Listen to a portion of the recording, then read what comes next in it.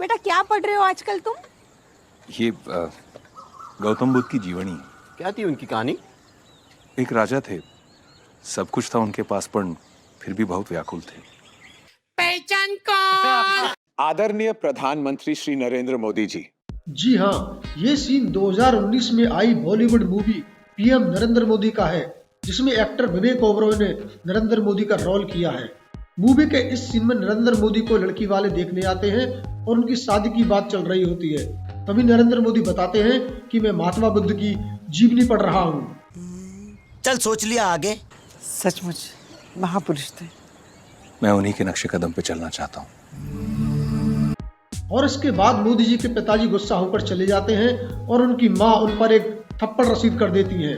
Movie के starting में ही दिखाया गया है कि ये film prime minister Narendra Modi की जीवनी से प्रेरित है, लेकिन सवाल ये उठता है कि जब नरेंद्र मोदी की शादी सन 1968 में गुजरात की ही रहने वाली जसोदा बहन के साथ हुई थी, तो मूवी में ऐसा क्यों दिखाया गया कि मानो मोदी जी ने कभी शादी ही नहीं की। ये छोटी छोटी बातें पकड़ने लग गया छोटू। एक सेकंड में वर्कर से लीडर बना दिया आपने। बड़ी तेज तरक्की कर रहा है ये मोदी। मूवी के इस सीन में दिखाया गया है कि पूर्व प्रधानमंत्री इंदिरा गांधी अपने सहयोगियों के साथ नरेंद्र मोदी के बारे में चर्चा कर रही हैं और उनके सहयोगियों ने बताते हैं कि मोदी आजकल दिल्ली में है, और फिर इंदिरा गांधी नरेंद्र मोदी को गिरफ्तार करने का आदेश दे देती हैं। गिरफ्तार करो उन्हें। जी मैम। प्रशासन और पुलिस को आदेश दे दो, कल से इमरजेंसी। जबकि सच्चाई ये है कि उस वक्त 1975 में इंदिरा गांधी नरेंद्र मोदी का नाम तक नहीं जानती थी। इस बारे में आप इंटरनेट पर सर्च कर सकते हैं।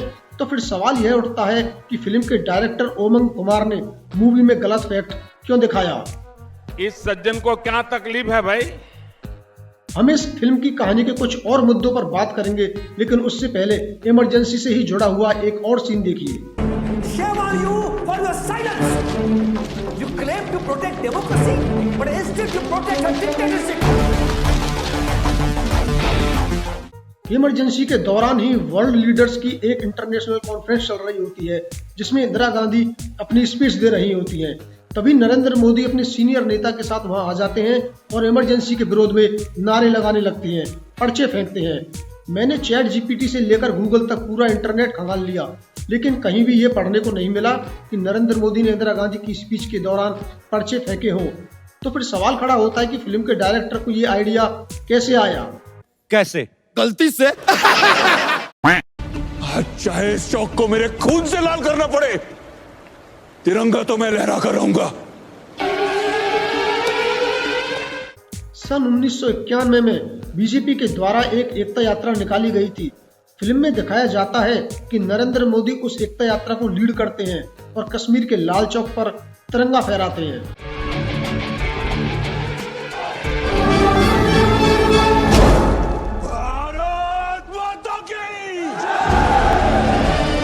सच्चाई ये है कि इस एकता यात्रा को बीजेपी के नेता मुरली मनोहर जोशी ने लीड किया था और कन्याकुमारी से शुरू हुई ये यात्रा 26 जनवरी 1992 को कश्मीर के लाल चौक पर खत्म हुई थी, जहां मुरली मनोहर जोशी ने तिरंगा फहराया था। लेकिन फिल्म में मुरली मनोहर जोशी का चैप्टर ही गायब कर दिया गया है और ऐसा दिखाया गया है मानो सब कुछ मोदी जी ने ही किया हो। और अब मुझे शक होने लगा है कि ये फैक्ट्स पर आधारित मूवी है या फिर प्रोपेगेंडा मूवी। आपको क्या लगता है? मुझे भी वही लगता है। पीढ़ियों से ये महिलाएं मीलों दूर से पानी लेकर आती है, तो मैंने सोचा क्यों ना पानी इनके पास लेकर आऊं। कैनाल बना रहा हूं। अच्छा, हम वोट मांगने नहीं जाएंगे, काम करेंगे। वोट अपने आप चल के आएंगे। मोदी जी को खुद फावड़ा चलाता हुआ देखकर मुझसे रहा नहीं गया और मैंने तुरंत चैट जीपीटी से इस बारे में सवाल पूछा, तो जो जवाब मिला वो आप भी सुनिए। नहीं, नरेंद्र मोदी ने गुजरात में पानी के लिए खुद कैनाल खोदने का कार्य यानी व्यक्तिगत रूप से फावड़ा चलाकर या मजदूरी करके नहीं किया। यह दावा गलत या अतिशयोक्तिपूर्ण प्रतीत होता है। तो प्रश्न खड़ा होता है कि क्या मोदी जी की छवि को मेहनत कश दिखाने के लिए डायरेक्टर ने विवेक ओबराय से फावड़ा चलवाया? तूने क्या मेरे को ये ना समझाई क्या? हाँ। धर्म या जाति के नाम पर कतई भेदभाव नहीं होना चाहिए, यही कहा मैंने नरेंद्र से। बस वो अपने राज धर्म का पालन करे, और वही किया है उसने। बात सन 2002 की है, जब गुजरात में हिंदू मुसलमान दंगे हुए थे और तब के प्रधानमंत्री अटल बिहारी वाजपेयी ने गुजरात का दौरा किया था और मीडिया वालों से बात की थी। इस फिल्म में अटल बिहारी वाजपेयी का किरदार निभा रहे अंजन श्रीवास्तव मीडिया वालों से कहते हैं कि मैंने नरेंद्र मोदी से कहा है कि वे राज धर्म का पालन करें, और वही किया है उसने। यही कहा मैंने नरेंद्र से, बस वो अपने राज धर्म का पालन करे, और वही किया है उसने। जबकि हकीकत यह है कि अटल बिहारी वाजपेयी ने मीडिया वालों से बात करते हुए कहा था कि चीफ मिनिस्टर को मेरा एक ही संदेश है कि वे राज धर्म का पालन करें, और उसके बाद मोदी बोलते हैं कि हम भी वही कर रहे हैं साहब।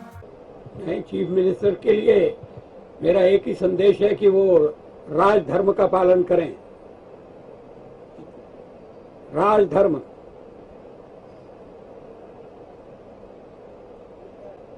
न जन्म के आधार पर, न जाति के आधार पर, न संप्रदाय के आधार पर।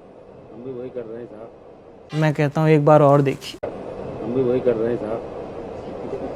तो देखा आप सब लोगों ने कि सच क्या है और झूठ क्या है, और अब मेरा शक यकीन में बदलने लगा है कि इस फिल्म को बनाने में डायरेक्टर ने या तो जानबूझकर फैक्ट्स के साथ तोड़ा मरोड़ी की है, या फिर उन्होंने किसी पदार्थ का सेवन कर लिया होगा।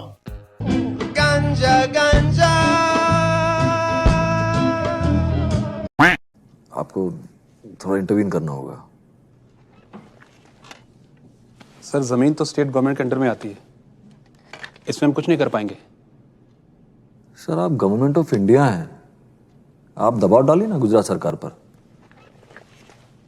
फिल्म के सीन में दिखाया गया है कि देश के पूर्व प्रधानमंत्री डॉक्टर मनमोहन सिंह से मिलने के लिए देश का ही एक फेमस बिजनेसमैन आता है और उनसे अपने बिजनेस से रिलेटेड कुछ बातें करता है, और डॉक्टर मनमोहन सिंह सीधा जवाब देने की बजाय बार बार अपने सेक्रेटरी से पूछते हैं।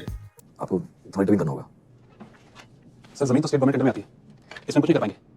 सर, आप गवर्नमेंट ऑफ इंडिया हैं, आप दबाव डालिए ना गुजरात सरकार पर। सर, अगर मीडिया वालों को पता चल गया तो परेशानी हो जाएगी। सर, मेरे और मेरे पार्टनर्स पे बहुत सारा पैसा लग गया सर। इस सीन में ऐसा दिखाने की कोशिश की गई है कि जैसे डॉक्टर मनमोहन सिंह को जानते ही नहीं हैं। अगर सीधे शब्दों में कहा जाए तो यहाँ पर डॉक्टर मनमोहन सिंह की मौकरी की गई है, यानी कि उनका मजाक बनाने की कोशिश की गई है।